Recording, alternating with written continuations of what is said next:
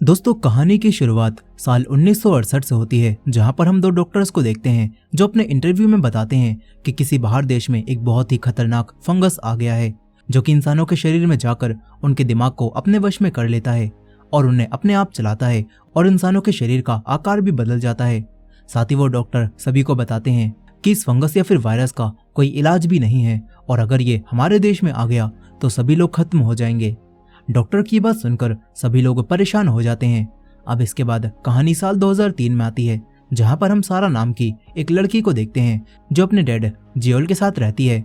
सारा हर रोज की तरह आज सुबह उठती है और वो अपने डैड जियोल के लिए बर्थडे केक बनाती है, जिससे पता चलता है कि सारा अपने डैड से कितना प्यार करती है। यह अब जियोल और सारा अपना ब्रेकफास्ट करने लगते हैं। तभी जियोल का छोटा भाई टॉमी भी यहाँ पर आ जाता है, जो जियोल को याद दिलाता है कि आज इन्हें देर रात तक काम करना पड़ेगा। ये बात सुनकर जियोल सारा से कहता है कि जब मैं घर आऊंगा तो तुम्हारे लिए केक लेकर आऊंगा। इसके बाद जियोल सारा को स्कूल ड्रॉप करने के लिए बोलता है और इस पर सारा अपने रूम में जाती है और अपनी एक पुरानी वॉच और कुछ पैसे उठाकर अपने पास रख लेती है। वो जियोल के साथ स्कूल जाने के लिए घर से बाहर आ जाती है। तभी उनके पड़ोस में रहने वाला एक बूढ़ा आदमी सारा को बिस्किट देने के लिए अपने पास बुलाता है, मगर सारा उस आदमी के पास नहीं जाती और उससे कहती है कि मैं स्कूल खत्म होने के बाद आपके पास आती हूँ। इसके बाद जियोल और टॉमी सारा को लेकर स्कूल के लिए निकल जाते हैं। फिर स्कूल खत्म होने के बाद सारा एक वॉच की शॉप पर जाती है और उसी पुरानी खराब हुई वॉच को ठीक कराने लगती है। तभी दुकान के बाहर से बहुत सारी पुलिस की गाड़ियां निकलती हैं, जिन्हें देखकर दुकान की ओनर सारा की वॉच जल्दी से ठीक करके उसे दे देती है और उसे सीधे तुरंत ही घर वापस जाने के लिए कहती है। साथ ही वो ओनर अपनी शॉप को भी बंद कर लेती है। सारा को कुछ समझ नहीं आता कि आखिर ये ओनर इतनी घबराई हुई क्यों है। इसके बाद सारा अपने पड़ोसियों के घर में आ जाती है, जहाँ पर सारा अपने पड़ोस की लेडी से पूछती है कि क्या बाहर कुछ हुआ है जिस वजह से इतनी पुलिस बाहर घूम रही है। यहाँ वो लेडी सारा से कहती है कि पुलिस बाहर यूं ही घूम रही होगी और बाहर तो कुछ भी बुरा नहीं हुआ। इसके बाद सारा यहीं पर बैठकर अपना होमवर्क करने लगती है, मगर उसे कुछ अजीब सा लग रहा था, इसीलिए सारा अपने घर आने लगती है। तभी उसकी नजर अपने पड़ोसियों के डॉग पर जाती है, जो बड़ी शांति से बैठकर उसी घर में रहने वाली बूढ़ी लेडी को देख रहा था, जो एक व्हील चेयर पर बैठी हुई थी। सारा को ये देखकर काफी अजीब लगता है। फिर वो वापस अपने घर में आ जाती है। इसके बाद रात के समय जब जियोल घर में आता है तो सारा उससे केक मांगती है, लेकिन जियोल केक लाना भूल गया था। वो सारा से प्रॉमिस करता है कि कल मैं तुम्हारे लिए केक जरूर लाऊंगा। ये बात सुनकर सारा अब जियोल को उसका बर्थडे गिफ्ट यानी कि वही ठीक कराई हुई वॉच देती है, जो देखकर जियोल काफी खुश होता है।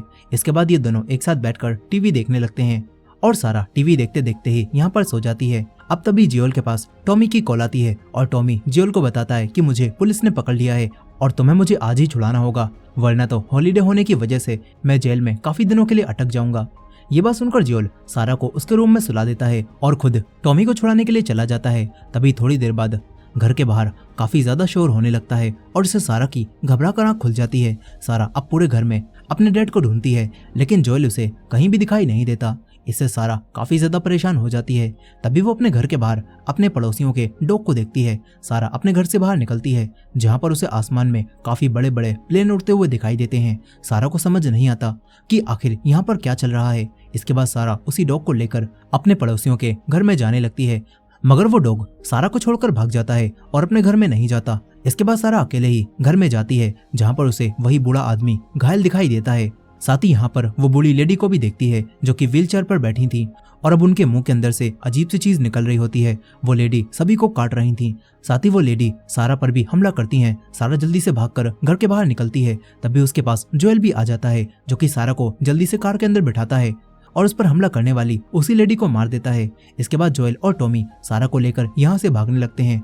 तभी वही बूढ़ा आदमी जिसे घायल हालत में सारा ने देखा था, वो भी अब इन्फेक्टेड होकर इनके ऊपर हमला करने लगता है, मगर टॉमी उसे अपनी कार से कुचल देता है।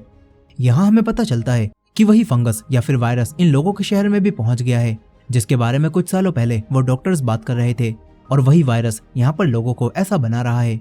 खैर यहाँ पर सारा इस सबसे काफी ज्यादा डर जाती है और टॉमी और जोएल किसी तरह से शहर से बाहर निकलने के बारे में सोचते हैं, लेकिन तभी इन्हें रास्ते में काफी ज्यादा ट्रैफिक मिलता है और इस वजह से ये लोग दूसरे रास्ते से बाहर निकलने लगते हैं। तभी उस रास्ते पर भी इन्हें काफी ज्यादा पुलिस दिखाई देती है। इस वजह से जोएल अब टॉमी को अपने बताए रास्ते से बाहर ले जाने लगता है, लेकिन तभी इन्हें सामने काफी सारे लोग मिलते हैं जो इधर उधर भाग रहे थे। जोएल टॉमी से जल्दी से कार को पीछे लेने के लिए बोलता है, मगर तभी एक प्लेन इस जगह पर आकर क्रैश हो जाता है और प्लेन का काफी सारा मलबा जोएल की कार से टकराता है, जिससे कार उल्टी हो जाती है और इन सभी को काफी ज्यादा चोट भी लगती है। जोएल किसी तरह से सारा को कार से बाहर निकालता है यहाँ पर टॉमी जोएल से सारा को नदी की तरफ ले जाने के लिए कहता है और खुद शहर से बाहर जाने का रास्ता ढूंढने लगता है। यहाँ जोएल सारा को उठाकर नदी की तरफ जाने लगता है। तभी ने रास्ते में काफी सारे इन्फेक्टेड लोग दिखाई देते हैं जो दूसरे लोगों को खा रहे थे। यहाँ वो इन्फेक्टेड लोग अब जोएल और सारा पर भी हमला करने लगते हैं। तभी जोएल किसी तरह से सारा को लेकर यहाँ से भागता है, लेकिन वो इन्फेक्टेड आदमी इनका पीछा करने लगता है। तभी एक ऑफिसर उस इन्फेक्टेड आदमी के गोली मारता है और उसे भी खत्म कर देता है। मगर अब वो ऑफिसर जोएल और सारा को भी इन्फेक्टेड समझता है और इन दोनों के ऊपर गन पॉइंट कर लेता है। वो इन दोनों के ऊपर गोलियां चलाने लगता है। जोएल सारा को लेकर यहाँ से भागने की कोशिश करता है, मगर वो जमीन पर गिर जाता है और वो ऑफिसर फिर से इनके ऊपर गन पॉइंट कर लेता है। मगर तभी टॉमी यहाँ पर आता है और उस ऑफिसर को गोली मारकर खत्म कर देता है। मगर इस सब में सारा के गोलियां लग जाती हैं और सारा अब काफी ज्यादा जख्मी हो जाती है। जोएल सारा को मरता हुआ देखकर काफी ज्यादा रोता है और टॉमी को भी सारा को मरता हुआ देखकर काफी दुख होता है। मगर ये दोनों अब कुछ भी नहीं कर सकते थे और सारा की यहीं पर डेथ हो जाती है। अब इसके बाद कहानी 20 साल आगे प्रेजेंट टाइम में आती है, जहाँ पर हम एक छोटे बच्चे को देखते हैं जो जंगल से होकर एक शहर के पास आ जाता है, जहाँ अभी भी कुछ लोग रह रहे थे और इन्होंने शहर के बाहर एक काफी बड़ी दीवार खड़ी कर ली होती है ताकि कोई भी इन्फेक्टेड इंसान अंदर ना आ सके। यहाँ वो लड़का शहर के बाहर ही बेहोश हो जाता है। तभी एक सोल्जर उसे देखता है और इसके बाद वो सोल्जर उस बच्ची को लेकर अपनी हेड ऑफिसर के पास आ जाता है, जहाँ वो ऑफिसर अब उस बच्चे को चेक करती है और उसे पता चलता है कि ये बच्चा इन्फेक्टेड है। जिसके बाद ऑफिसर उस लड़के को इंजेक्शन लगाते हैं और उसे मार देते हैं ताकि कोई और शहर के अंदर इन्फेक्टेड ना हो पाए और ये वायरस अंदर ना फैले। इसके बाद हम शहर में कुछ लोगों को देखते हैं जो कि मरे हुए लोगों की डेड बॉडीज को जला रहे थे। यहाँ पर इन्हीं लोगों में हम जोएल को भी देखते हैं जो कि अब बूढ़ा होने लगा था। जोएल अब उसी बच्चे की डेड बॉडी को भी जला देता है जिसे अभी अभी ऑफिसर ने मारा था। और इसके बाद जोएल अपने इस काम के पैसे लेता है और पूछता है कि मुझे कोई और काम मिलेगा क्या, मुझे और पैसे चाहिए। ये बात सुनकर एक ऑफिसर जोएल से कहता है कि अब तुम्हें कल ही काम मिलेगा। यहाँ पर हमें पता चलता है कि जोएल को जिंदा रहने के लिए काफी मेहनत करनी पड़ रही है। अब इसके बाद जोएल एक पुलिस ऑफिसर के पास जाता है, जहाँ वो पुलिस ऑफिसर जोएल को काफी सारे पैसे देता है और उसके बदले में जोएल उस ऑफिसर को ड्रग्स की गोलियां देता है। यानी कि जोएल पैसे कमाने के लिए स्मगलिंग भी करने लगा है। मगर जोएल को इतने पैसे आखिर क्यों चाहिए, ये कहानी में हमें आगे पता चलेगा। खैर यहाँ अब वो ऑफिसर जोएल से कहता है कि थोड़े दिनों के लिए तुम शहर के दरवाजे के आसपास मत भटकना, क्योंकि आज हम लोग वहां पर बमबारी करने वाले हैं। इतना बोलकर वो ऑफिसर जोएल के पास से चला जाता है। इसके बाद हम टेस नाम की एक औरत को देखते हैं जिसे रॉबर्ट नाम के एक गुंडे ने पकड़ रखा था। यहाँ पर टेस रॉबर्ट से कहती है कि अगर तुम मुझे ट्रक की बैटरी नहीं दे सकते तो मुझे मेरे पैसे वापस कर दो। इस पर रॉबर्ट टेस को पैसे देने से मना करता है और ये लोग यहाँ पर बात कर ही रहे थे कि तभी यहाँ पर एक बम ब्लास्ट होता है जिसमें रॉबर्ट के साथ ही मारे जाते हैं। यहाँ पर टेस ये सब देखकर तुरंत ही भागने लगती है। तभी वो देखती है कि फेडरा के ऑफिसर्स और कुछ लोग आपस में लड़ रहे हैं। टेस ये सब देखकर कुछ सोल्जर्स के सामने तुरंत ही सरेंडर कर देती है ताकि उसकी जान बच जाए और सोल्जर्स उसे दुश्मन ना समझें। दरअसल फेडरा यहाँ पर एक सरकार की तरह काम करती है जो कि ऐसे ही लोगों को गुलाम बनाकर उनसे काम करवाती है। अब इसके बाद हम एक लड़की एली को देखते हैं जो कि एक कमरे में कैद होती है। तभी उसके पास कुछ सोल्जर आते हैं और वो एली से उसका नाम और कुछ सवाल पूछते हैं, लेकिन एली उन्हें अपना झूठा नाम बताती है और उनके सवालों के जवाब ठीक से नहीं देती। इसके बाद वो सोल्जर्स उसे अकेला छोड़कर वापस चले जाते हैं। वहीं जोएल अब एक आदमी के पास आ जाता है और उससे पूछता है कि क्या टॉमी ने मेरे मैसेज का रिप्लाई किया। इस पर वो आदमी जोएल को बताता है कि टॉमी ने अपना रेडियो बंद कर लिया है और उसने तुम्हारी किसी भी बात का कोई रिप्लाई नहीं दिया। ये बात सुनकर जोएल काफी परेशान हो जाता है क्योंकि उसका भाई टॉमी उसके हर एक मैसेज का रिप्लाई एक दिन के अंदर ही दे देता है, लेकिन इस मैसेज को किए हुए 3 हफ्तों से भी ज्यादा का टाइम बीत चुका है और अब तक टॉमी का कोई रिप्लाई नहीं आया। यहाँ अब जोएल उस आदमी को नक्शा दिखाकर टॉमी के रेडियो की लास्ट लोकेशन पूछता है और इस पर वो आदमी जोएल से कहता है कि वो जगह काफी खतरनाक है, तुम वहां मत जाओ। मगर जोएल उस आदमी की बात नहीं सुनता और टॉमी की लास्ट लोकेशन पूछकर यहाँ से चला जाता है। इसके बाद जोएल अपने घर में आता है और काफी ज्यादा ड्रिंक करके सो जाता है।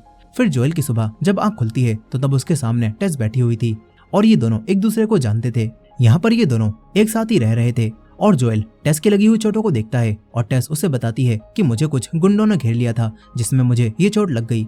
साथ ही यहाँ पर टेस अब जोएल को बता देती है कि रॉबर्टो ने उसे बैटरी देने से मना कर दिया है और ये बात सुनकर जोएल परेशान हो जाता है और बोलता है कि अगर मुझे बैटरी नहीं मिलेगी तो मैं ट्रक को स्टार्ट नहीं कर पाऊंगा और हम लोग टॉमी को वापस नहीं ला पाएंगे। अब इसके बाद ये दोनों रॉबर्टो से बैटरी लेने का प्लान बनाते हैं। वहीं दूसरी तरफ हम बारलेने नाम की एक लेडी को देखते हैं जो कि फायरफ्लाइज के साथ काम करती है। यानी कि वो लोग जो कि फेडरा की सरकार से सभी लोगों को आजाद कराना चाहते हैं। यहाँ अब वार्लेना एली के पास आ जाती है और उसे उसका सारा सामान दे देती है और एली की हथकड़ी भी खोल देती है और एली को उसके असली नाम एली कहकर बुलाती है। ये बात सुनकर एली हैरान होती है और उसे समझ नहीं आता कि उसका नाम मार्लेने को कैसे पता चल गया। यहाँ पर एली मार्लेने से पूछती है कि तुम्हें मेरा नाम कैसे पता चला। इस पर मार्लेने एली को बताती है कि मैं फायरफ्लाइज में ही काम करती हूँ और मुझे ये सब पता है। मार्लेने अब एली से कहती है कि हमने तुम्हें इसीलिए पकड़ा है क्योंकि हमें लगता है कि तुम हमारी मदद कर सकती हो और इसीलिए हम आज रात को ही तुम्हें यहाँ से बाहर ले जाएंगे। इस तरफ टेस और जोएल को भी रॉबर्ट का पता चल जाता है और ये लोग रॉबर्ट को ढूंढने के लिए एक बिल्डिंग में आ जाते हैं जहाँ इन्हें एक इन्फेक्टेड हुआ आदमी दिखाई देता है जो कि अब मरकर बिल्कुल एक पौधे की तरह बन चुका था। इसके बाद ये दोनों आगे बढ़ते हैं जहाँ पर इन्हें रॉबर्ट और उसके आदमियों की लाशें दिखाई देती हैं। साथ ही वो बैटरी भी यहाँ पर होती है और टेस बैटरी को देखती है जो कि बुरी तरह से खराब होती है। ये दोनों अब आगे बढ़ने लगते हैं। तभी इन्हें मार्लेने और एक सोल्जर दिखाई देती है। जोएल ये देख ही रहा होता है कि तभी एली भी जोएल पर हमला करने की कोशिश करती है मगर जोएल आसानी से एली के हमले से बच जाता है और एली पर गन पॉइंट कर लेता है। तभी मार्लेने जोएल को पहचान जाती है और जोएल भी मार्लेने को पहचान जाता है क्योंकि ये दोनों एक दूसरे को पहले से ही जानते थे।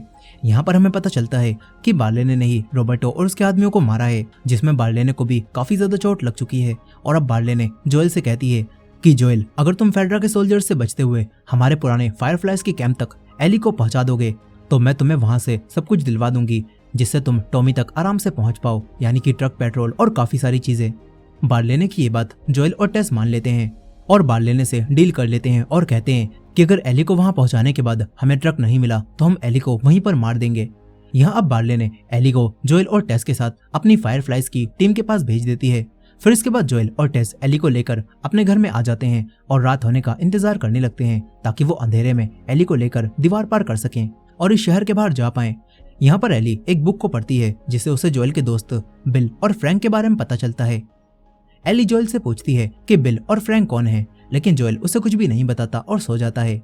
इसके बाद रात के समय जोएल टेस और एली के साथ दीवार को पार करता है और सोल्जर से बचकर आगे बढ़ने लगता है। तभी एक सोल्जर इन तीनों को भागता हुआ देख लेता है और ये सोल्जर वही होता है जिसे जोएल ने ड्रग्स बेचे थे। यहाँ पर जोएल उस सोल्जर को समझाने की कोशिश करता है मगर वो सोल्जर एक मशीन से सभी को चेक करने लगता है और तभी वो सोल्जर एली को भी चेक करने जा ही रहा होता है कि तभी एली उस सोल्जर पर चाकू से हमला कर देती है। इससे उस सोल्जर को अब गुस्सा आ जाता है और वो एली पर गन पॉइंट करने लगता है मगर तभी जोएल बीच में आ जाता है और वो सोल्जर को ऐसा करने से मना करता है मगर वो सोल्जर जोएल से सामने से हटने के लिए कहता है। तभी जोएल को वही समय याद आता है जब ऐसे ही एक सोल्जर ने उसकी बेटी सारा को मार दिया था और वो समय याद करके अब जोएल सोचता है कि वो इस लड़की को नहीं मारने देगा और जोएल उस सोल्जर पर हमला करता है और उसे काफी बुरा पीटता है। यहीं पर टेस उसी मशीन को चेक करती है और उसे पता चलता है कि एली असल में इन्फेक्टेड है।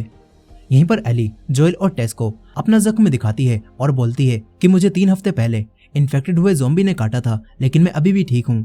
और ये देखकर जोएल और टेस को काफी हैरानी होती है और वो एली को लेकर यहाँ से भागने लगते हैं।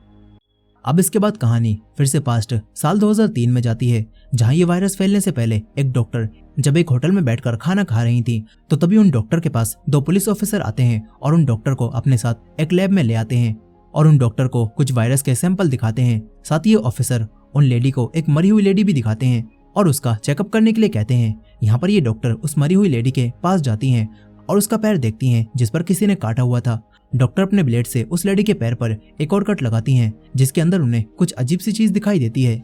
इसके बाद वो डॉक्टर उस मरी हुई लेडी का मुंह चेक करती हैं जिसके अंदर से कुछ अजीब से कीड़े बाहर निकल रहे थे और ये देखकर वो डॉक्टर काफी डर जाती हैं। वो तुरंत ही बाहर आती हैं और ऑफिसर से पूछती हैं कि आखिर तुम्हें ये औरत कहाँ पर मिली थी। इस पर वो ऑफिसर डॉक्टर को बताते हैं कि हमें ये लेडी एक अनाज की फैक्ट्री में मिली थी और इसने हमारे साथियों पर भी हमला किया था और जब पुलिस वहां पर गई थी तो तब इस लेडी ने पुलिस पर भी हमला किया था।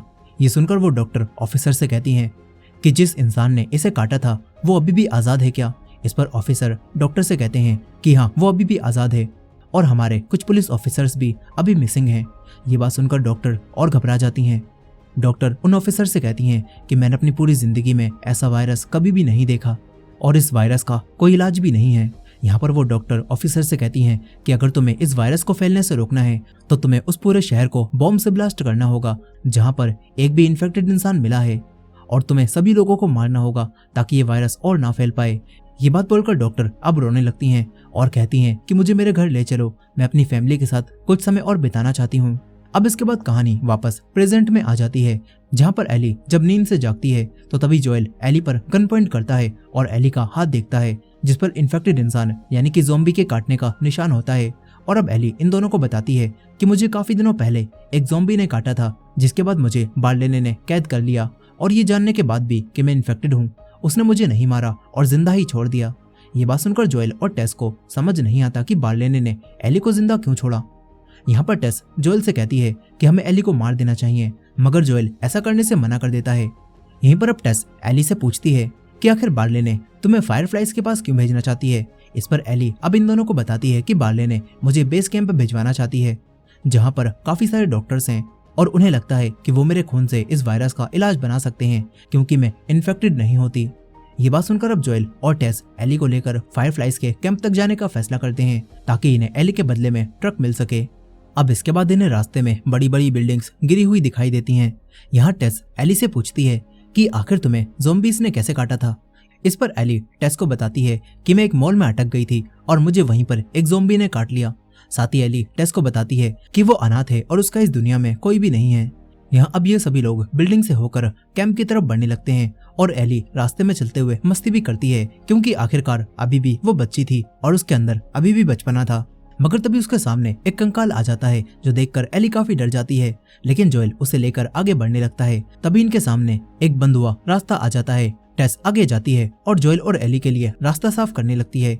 यहाँ पर एली जोएल से बात करती है और जोएल से पूछती है कि ये इन्फेक्टेड हुए लोग आखिर कितने समय तक जिंदा रह पाते हैं। इस पर जोएल एली को बताता है कि ये लोग कम से कम 3 महीने तक जिंदा रह सकते हैं और कुछ तो 20 सालों तक भी जिंदा रह पाते हैं। यहीं पर टेस इन दोनों के लिए रास्ता खोलती है और ये तीनों फिर से आगे बढ़ने लगते हैं। तभी इन्हें रास्ते में बहुत सारे ज़ॉम्बीज दिखाई देते हैं जो कि एक दूसरे से आपस में जुड़े हुए थे और टेस एली को बताती है कि अगर तुमने किसी भी एक ज़ॉम्बी के शरीर से निकल रहे फंगस के ऊपर पैर रख दिया तो ये सारे ज़ॉम्बीज उड़ जाएंगे क्योंकि इनका फंगस आपस में जुड़ा हुआ है। इसके बाद ये सभी लोग दूसरे रास्ते से होते हुए कैंप तक जाने लगते हैं और इस रास्ते में इन्हें काफी सारे ज़ॉम्बीज के फंगस फैले हुए दिखाई देते हैं। जोएल उन्हें ध्यान से देखता है जो कि सूख चुके थे और ये देखकर जोएल एली और टेस को लेकर एक म्यूजियम के अंदर आ जाता है और कैंप तक जाने लगता है, जहाँ पर इन्हें एक डेड बॉडी भी मिलती है। और ये देखकर जोएल एली से चुप रहकर आगे बढ़ने के लिए बोलता है ताकि कोई भी ज़ॉम्बी इनकी आवाज को सुनकर इन पर हमला ना कर सके। अब इसके बाद ये सभी लोग चुप होकर म्यूजियम पार करने लगते हैं, मगर तभी कुछ पत्थर टेस और एली के ऊपर गिरते हैं जिससे इन दोनों को कोई चोट तो नहीं लगती, मगर यहाँ पर काफी ज्यादा शोर हो जाता है और इसी वजह से 2 ज़ॉम्बीज इनकी तरफ आने लगते हैं जो देखने में काफी डरावने थे। और वो ज़ॉम्बीज अपने चेहरे की फंगस की वजह से इन लोगों को नहीं देख पाते, मगर जैसे ही एली उन ज़ॉम्बीज को देखती है तो वो डर की वजह से चिल्लाना शुरू कर देती है, जो सुनकर अब वो ज़ॉम्बीज इनके ऊपर हमला करने लगते हैं। जोएल एक ज़ॉम्बी को गोलियां मारने लगता है और एली और टेस को यहाँ से भागने के लिए बोलता है, मगर तभी एली का पैर फिसलता है और एली जमीन पर गिर जाती है और वो तुरंत ही एक टेबल के नीचे जाकर छुप जाती है। इस तरफ जोएल भी ज़ॉम्बी से बचता हुआ एली के पास आ जाता है और उसे लेकर बाहर आने लगता है, मगर तभी एक ज़ॉम्बी इनके ऊपर हमला करता है और इन्हें काटने की कोशिश करता है, लेकिन जोएल उस ज़ॉम्बी को धक्का देता है और गन से शूट करके उसे खत्म कर देता है। मगर तभी दूसरा ज़ॉम्बी इनके पास आने लगता है, लेकिन टेस उस ज़ॉम्बी के कुल्हाड़ी मारती है और फिर जोएल उसे भी गन से शूट करके खत्म कर देता है। लेकिन इस सब के दौरान एक बार फिर से एली के हाथ पर एक ज़ॉम्बी ने काट लिया होता है। अब इसके बाद ये सभी लोग म्यूजियम से बाहर आ जाते हैं, जहां आने के बाद जोएल एली को उसके हाथ पर बांधने के लिए एक पट्टी देता है, जिसे लेकर एली साइड में चली जाती है और जोएल टेस से कहता है कि क्या इस बार काटने से एली इन्फेक्टेड हो जाएगी। इस पर टेस जोएल से कहती है कि ऐसा नहीं होगा, तुम इस बारे में मत सोचो। खैर अब ये तीनों एक बिल्डिंग की छत पर आ जाते हैं, जहाँ से इन्हें शहर का तबाह हुआ नजारा दिखाई देता है, जो कि इन्हें काफी अच्छा लगता है। अब इसके बाद ये तीनों फायरफ्लाइज के कैंप के पास पहुंच जाते हैं, लेकिन कैंप के बाहर इन्हें कोई भी दिखाई नहीं देता। साथ ही जोएल को यहाँ पर कुछ डेड बॉडीज भी दिखाई देती हैं। जोएल अब सावधान होकर आगे बढ़ता है और कैंप के अंदर आ जाता है, जहाँ पर उसे कैंप के सारे लोग मरे हुए दिखाई देते हैं और ये देखकर ये तीनों काफी घबरा जाते हैं। जोएल इन डेड बॉडीज को देखकर ये पहचान जाता है कि इन्हें ज़ॉम्बीज ने मारा है, इसलिए अब जोएल टेस से तुरंत ही घर वापस चलने के लिए कहता है, मगर टेस घर वापस जाने से मना करने लगती है और कहती है कि मैं अब से यहीं पर रहूंगी। जोएल को ये बात काफी अजीब लगती है और यहाँ पर एली तुरंत ही समझ जाती है कि टेस को एक ज़ॉम्बी ने काट लिया है और इसीलिए टेस घर नहीं जाना चाहती। यहाँ पर एली ये बात जोएल को भी बताती है और जोएल अब टेस का जख्म देखता है, जो कि अब काफी बढ़ चुका था और इन्फेक्शन काफी तेजी से फैल रहा था। ये देखकर जोएल समझ जाता है कि टेस के पास अब ज्यादा समय नहीं बचा। यहाँ पर टेस जोएल को एली का जख्म भी दिखाती है जो बिल्कुल वैसा ही हो चुका था जैसा वो पहले था। इससे जोएल समझ जाता है कि एली पर इन्फेक्शन का कोई भी असर नहीं हो रहा। यहाँ अब टेस जोएल से कहती है कि तुम एली को हमारे दोस्त बिल और फ्रैंक के पास ले जाओ ताकि वो लोग एली का इलाज कर सकें। मगर जोएल ऐसा करने से मना करने लगता है, लेकिन अब टेस इस बात को लेकर जिद करने लगती है और अब मजबूरी में जोएल को टेस की बात माननी पड़ती है। यहीं पर अब एक ज़ॉम्बी इनकी तरफ आने लगता है और जोएल उसे गोली मार देता है। मगर जोएल के ऐसा करने से बाकी ज़ॉम्बीज जो कि फंगस से जुड़े हुए थे अब इनकी तरफ आने लगते हैं और उन्हें आता हुआ देखकर टेस तुरंत ही कैंप के अंदर पेट्रोल टैंक को जमीन पर गिराने लगती है और ज़ॉम्बीज को जलाने का प्लान बनाती है। वो जोएल को यहाँ से चले जाने के लिए कहती है और इसके बाद जोएल एली को लेकर कैंप से बाहर निकल जाता है। यहाँ पर टेस के पास अब काफी सारे ज़ॉम्बीज आने लगते हैं और टेस आग जलाने के लिए लाइटर जलाने की कोशिश करती है, लेकिन वो लाइटर अब नहीं जल पाता। तभी एक ज़ॉम्बी टेस के पास आता है और टेस के मुंह के अंदर फंगस डालने लगता है, लेकिन तभी टेस लाइटर जलाती है और सारे ज़ॉम्बीज को एक ही बार में खत्म कर देती है। मगर इस सब में टेस भी मर जाती है और ये देखकर एली और जोएल को काफी दुख होता है। यहाँ पर जोएल अब एली को लेकर अपने दोस्त बिल और फ्रैंक के पास जाने के लिए यहाँ से निकल जाता है। मगर अब टेस की मौत से जोएल काफी उदास भी होता है। फिर रास्ते में ही एली जोएल से पूछती है कि क्या आपके दोस्त बिल और फ्रैंक अच्छे लोग हैं। इस पर जोएल एली को बताता है कि बिल और फ्रैंक काफी अच्छे इंसान हैं। यहीं पर एली जोएल से उसके माथे पर लगे हुए निशान के बारे में पूछती है। इस पर जोएल बताता है कि मुझे किसी ने गोली मारी थी जो कि मेरे माथे को छूकर निकल गई, लेकिन जब मैंने उस इंसान पर वार किया तो तब मेरा भी निशाना चूक गया। यहाँ अब ये दोनों बातें करते करते ही आगे बढ़ने लगते हैं और रास्ते में जोएल एक घर में जाकर कुछ सामान ढूंढने लगता है। यहीं पर एली को भी उस घर में खराब पड़ा हुआ एक वीडियो गेम दिखाई देता है जो देखकर एली काफी खुश होती है और उस गेम के बारे में जोएल को बताने लगती है। इसके बाद एली घर में ही चारों तरफ घूमने लगती है। तभी उसे घर के अंदर बना हुआ एक बेसमेंट दिखाई देता है। एली जोएल को बताए बिना ही बेसमेंट के अंदर चली जाती है जहाँ पर उसे खाने की चीजें दिखाई देती हैं और तभी उसे यहाँ पर एक ज़ॉम्बी दिखाई देता है जो काफी सारे मलबे के नीचे दबा हुआ था। एली बिना डरे अब उस ज़ॉम्बी के पास जाती है और अपने चाकू से उस ज़ॉम्बी के फेस पर कट मारती है और क्योंकि वो ज़ॉम्बी मलबे के नीचे दबा हुआ था इसीलिए वो एली को कुछ भी नहीं कर पाता और घूरने लगता है। तभी एली दोबारा से उस ज़ॉम्बी के ऊपर चाकू से हमला करती है और उसे मार देती है। फिर वो खाने को लेकर वापस जोएल के पास आ जाती है जहाँ पर जोएल भी अपनी एक गन को यहीं पर छोड़कर जा रहा था क्योंकि उसकी गोलियां खत्म हो चुकी थी और ये बात एली को काफी अजीब लगती है। अब इसके बाद ये दोनों फिर से बिल और फ्रैंक के घर की तरफ बढ़ने लगते हैं। तभी इन्हें रास्ते में कुछ टूटे हुए एरोप्लेन वगैरह दिखाई देते हैं और अब एली जोएल से पूछती है कि अचानक से इतना खतरनाक वायरस आखिर कैसे फैल गया और कौन सबसे पहले इन्फेक्टेड हुआ था। यहाँ पर जोएल एली को बताता है कि इस बारे में तो मुझे भी कुछ भी नहीं पता, बस मैं इतना ही जानता हूँ कि ये वायरस सबसे पहले खाने पीने की चीजों में आया था जिसे खाने से फिर कई सारे इंसान इसके शिकार बन गए। अब इसके बाद कुछ दूर चलने के बाद एली और जोएल को एक जगह पर काफी सारे कंकाल दिखाई देते हैं जिन्हें देखने के बाद जोएल एली को बताता है कि जब वायरस फैला था तो जिन लोगों को रहने के लिए क्यूजी में जगह नहीं मिल पाई उन्हें आर्मी वालों ने जगह जगह जाकर मार दिया था ताकि वो लोग इन्फेक्टेड ना हो जाएं और ये वायरस और ना फैले। ये बात सुनकर एली काफी उदास हो जाती है।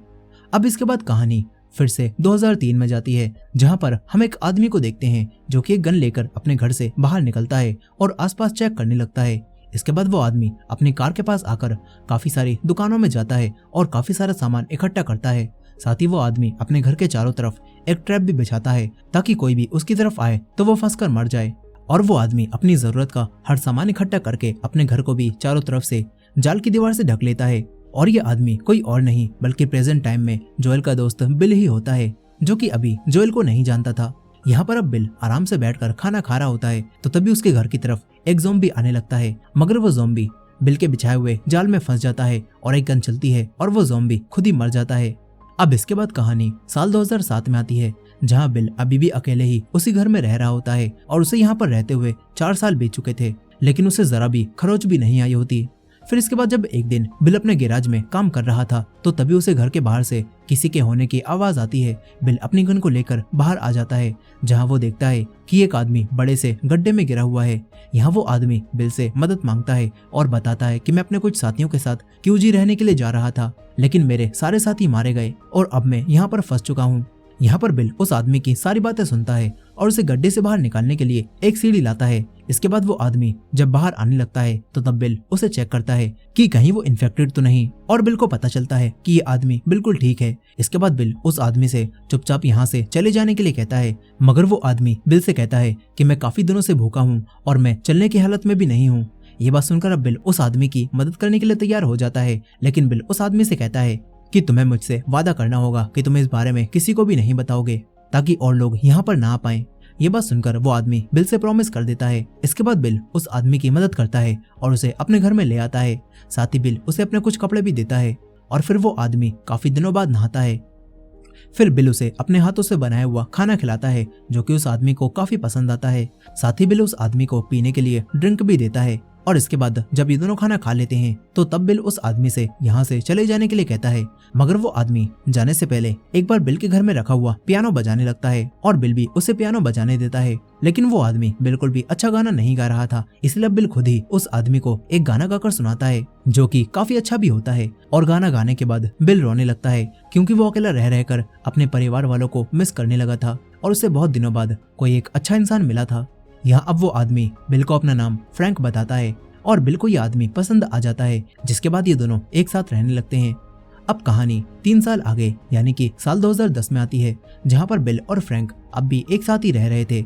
और अब एक दिन फ्रैंक बिल से कहता है कि हमें अपने ही जैसे और भी साथियों को यहाँ पर रहने के लिए बुलाना चाहिए, मगर बिल फ्रैंक की इन बातों को सही नहीं समझता और उसे ऐसा करने से मना करता है। लेकिन फ्रैंक बिल की बात नहीं मानता और वो रेडियो के जरिए लोगों को ढूंढने लगता है और इसी तरह वो जोएल और टेस से मिलता है और ये लोग दोस्त बन जाते हैं। इस तरह जोएल पहली बार बिल और फ्रैंक से मिलता है। यहाँ पर फ्रैंक टेस को घर के अंदर ले जाता है और इसके बाद जोएल बिल से बोलता है कि यहाँ पर बहुत सी ऐसी चीजें नहीं हैं जो कि हमारे पास हैं, अगर तुम हमारी मदद करोगे तो हम भी बदले में तुम्हारी मदद करेंगे। लेकिन बिल जोएल की बात नहीं मानता। तभी जोएल बिल को उसके घर की दीवार दिखाता है और कहता है कि अगर तुमने जल्दी ही इसे रिपेयर नहीं करवाया तो ये टूट जाएगी।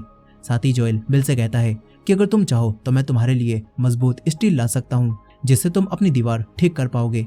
मगर बिल अब भी जोएल की बात नहीं मानता। अब इसके बाद जब जोएल वापस जा रहा होता है तो तभी वो बिल को बताता है कि आज नहीं तो कल फेडरा के लोग यहाँ पर जरूर आएंगे जो कि तुम्हारी इस दीवार को तोड़कर तुम्हारे घर में घुस जाएंगे। इस पर बिल जोएल से कहता है कि तुम इस बारे में चिंता मत करो। ये सुनकर जोएल टेस के साथ यहाँ से चला जाता है। अब इसके कुछ समय बाद फ्रैंक बिल को उसके लिए उगाई हुई स्ट्रॉबेरीज दिखाता है और बोलता है कि मैंने तुम्हारी गन्स जोएल और टेस को बेची थी और उसके बदले में स्ट्रॉबेरीज उगाने का सामान खरीदा था। ये बात जानकर बिल फ्रैंक से कुछ भी नहीं कहता और ये दोनों साथ मिलकर स्ट्रॉबेरी खाने लगते हैं। अब इसके बाद जब रात के समय बिल और फ्रैंक दोनों सो रहे थे तभी कुछ लोग इनके घर में चुपके से घुस जाते हैं।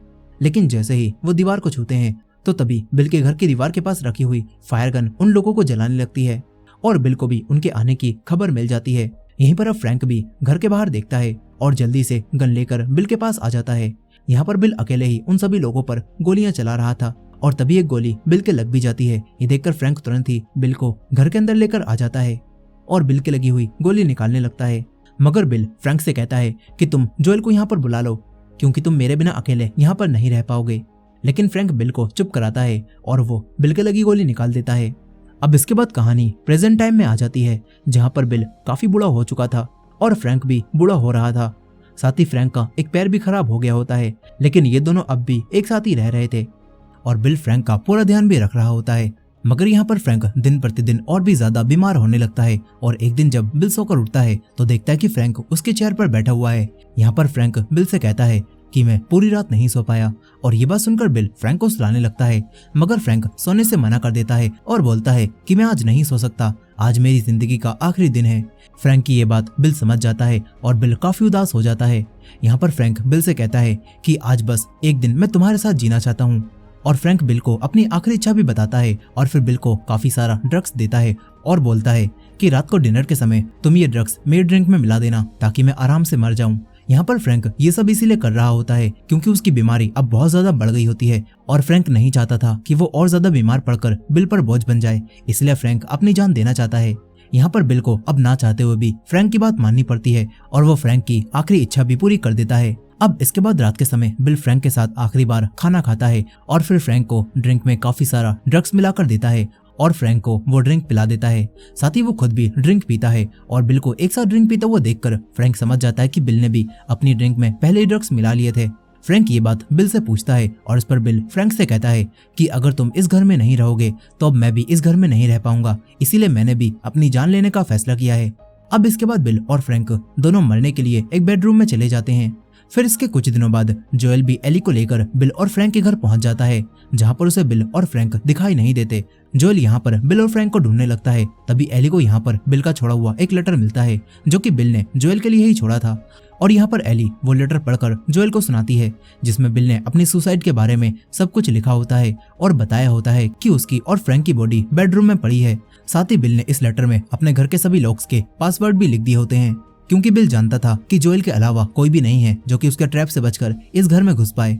और ये लेटर भी उसने खास जोएल के लिए ही छोड़ा होता है। यहाँ अब लेटर पढ़ने के बाद जोएल एली से कहता है कि मैं तुम्हें अपने भाई टॉमी के पास लेकर जाऊंगा, जो कि एक फायरफ्लाई है, और मुझे लगता है कि उसके पास डॉक्टर जरूर होंगे जो कि तुम्हारा इलाज कर पाएंगे। साथ ही जोएल एली से कहता है कि अब से तुम्हें भी इस बारे में किसी को कुछ भी नहीं बताना होगा कि तुम इन्फेक्टेड नहीं होती। यहाँ पर एली भी जोएल की सारी बातें मानने के लिए तैयार हो जाती है। फिर इसके बाद ये दोनों बिल के घर से जरूरत का सामान लेते हैं और तभी एली को बिल की एक गन भी दिखाई देती है, जिसे एली जोएल से छुपाकर अपने बैग में रख लेती है। और अब ये दोनों बिल की कार को लेकर यहाँ से निकल जाते हैं। यहाँ पर एली पहली बार कार में बैठी थी और वो काफी खुश होती है। अब इसके बाद जोएल थोड़ी दूर जाकर रोड पर खड़ी हुई गाड़ियों से पेट्रोल निकालता है और यहाँ पर एली भी जोएल को हंसाने के लिए काफी सारे जोक सुनाती है। फिर इसके बाद ये दोनों फिर से टॉमी को ढूंढने के लिए आगे निकल जाते हैं, जहाँ रास्ते में इन्हें काफी सारे वीरान शहर दिखाई देते हैं। इसके बाद जोएल रात काटने के लिए अपनी कार को जंगल में ले जाता है और ये दोनों जंगल में ही रात को सोने लगते हैं। तभी एली जोएल से पूछती है कि हमारे ऊपर कोई ज़ॉम्बी तो हमला नहीं करेगा ना। इस पर जोएल एली से बोलता है कि हम यहाँ पर बिल्कुल सेफ हैं, मगर जोएल फिर भी एली की सेफ्टी के लिए रात को जागकर पहरा देने लगता है। अब इसके बाद अगले दिन ये दोनों फिर से टॉमी को ढूंढने के लिए आगे निकल जाते हैं। यहाँ अब एली भी जोएल से टॉमी के बारे में पूछती है और इस पर जोएल एली को बताता है कि टॉमी मेरा छोटा भाई है और जब ये वायरस फैला था तो उसके 11 सालों बाद टॉमी और मैंने मिलकर एक टीम बनाई थी, जिसमें हम दोनों लोगों की मदद करते थे और तभी हम टेस्ट से भी मिले थे। साथ ही जोएल एली को बताता है कि जब टॉमी मार्लेने से मिला तो तब मार्लेने ने टॉमी को फायरफ्लाई ज्वाइन करवा दी, जिसके बाद टॉमी हमसे अलग हो गया। यहाँ पर हमें पता चलता है कि टॉमी फायरफ्लाइज ज्वाइन करने के बाद ही जोएल से अलग हो गया था। यहाँ पर जोएल एली से कहता है कि चाहे जो हो जाए मैं टॉमी को ढूंढकर घर वापस जरूर लाऊंगा। इसके बाद जोएल टॉमी की लास्ट लोकेशन वाली जगह पर जा ही रहा था कि तभी उसे आगे जाने का रास्ता बंद दिखाई देता है और फिर जोएल दूसरे रास्ते से होते हुए हाईवे पर जाने लगता है, मगर तभी इनके रास्ते में कुछ फेडरा के लोग आ जाते हैं जो कि जोएल की कार पर हमला कर देते हैं और इससे कार का टायर पंक्चर हो जाता है। जोएल तुरंत ही कार को एक शॉप में घुसा देता है और वो कार से बाहर निकलकर एली को एक दीवार के पीछे छुपा देता है और खुद उन लोगों पर फायरिंग करने लगता है और उनमें से एक गुंडे को मार देता है, मगर तभी उसका दूसरा साथी जोएल पर पीछे से हमला करता है और उसे जमीन पर गिरा देता है। वो अपनी गन से जोएल का गला दबाने लगता है और ये देखकर अब एली बाहर आती है और उस गुंडे के एक गोली मार देती है, जिससे अब वो गुंडा जोएल को छोड़ देता है। इसके बाद जोएल एली को वापस दीवार के पीछे भेजता है और खुद उस गुंडे को मार देता है। अब इसके बाद जोएल एली के पास आता है और वो एली को लेकर एक बिल्डिंग के ऊपर जाने लगता है ताकि इन्हें इस जगह से निकलने का कोई रास्ता दिख सके। यहीं पर हम इन सारे गुंडों की लीडर कैथरीन को भी देखते हैं, जो कि एक बूढ़े आदमी जो कि डॉक्टर था उससे हेनरी नाम के एक लड़के का पता पूछती है और कहती है कि अगर तुमने हेनरी का पता नहीं बताया तो मैं तुम्हें मार दूंगी। कैथरीन उस बूढ़े आदमी से ये बातें कर ही रही थी कि तभी उसके टीम के लोग अपने साथियों की बॉडीज कैथरीन के पास लाते हैं जिन्हें जोएल ने मारा था और अपने लोगों की बॉडीज को देखकर कैथरीन अब गुस्से में आ जाती है और वो उसी बूढ़े आदमी के पास जाती है और उसे गोली मार देती है। इसके बाद कैथरीन सभी लोगों से हेनरी नाम के एक लड़के को ढूंढने के लिए कहती है और समझती है कि जोएल भी उसी के साथ मिला हुआ है।